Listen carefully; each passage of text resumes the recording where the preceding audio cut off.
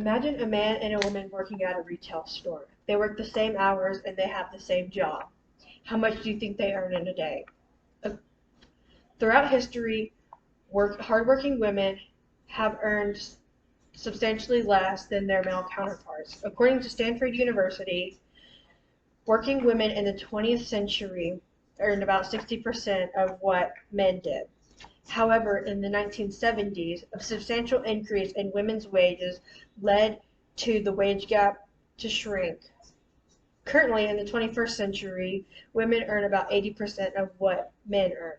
Today, although this wage gap is lower, um, the gap still leads to unequal opportunities between genders. To fix this problem, we need to decrease the wage gap between genders in order to give the women in our lives the opportunity to earn better wages. To begin, women are not treated as economically equal compared to men. A good example of this is in the recent COVID-19 pandemic. According to inequality.org, female unemployment spiked at 16.2%, while male unemployment was at 13.5%. Imagine working a retail job. Imagine your mother, sister, or daughter working a retail job. While they work hard for their small wage, imagine a male coworker getting paid more for their time. On top of that, imagine getting laid off during a time of economic crisis while their male coworker gets to keep his job. This economic inequality, especially during hard times, has negative effects on the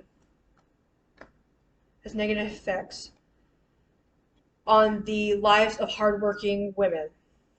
The best way to fix this problem is by decreasing the wage gap between genders. This can be through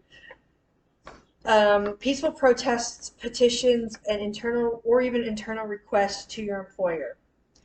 Imagine your mother, sister, or daughter working a retail job. Retail jobs already pay less. Why should they be paid even less because they are women?